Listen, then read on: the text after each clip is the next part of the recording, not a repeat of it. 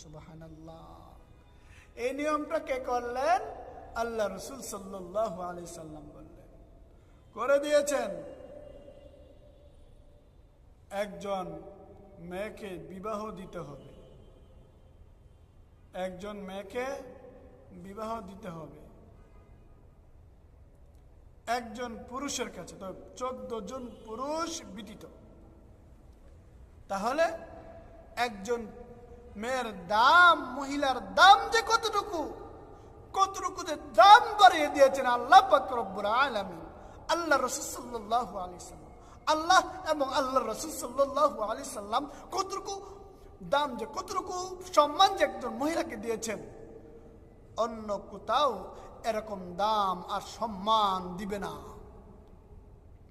এই জন্য বলতেছি, মেয়েদেরকে পর্দায় রাখুন। যদি আপনার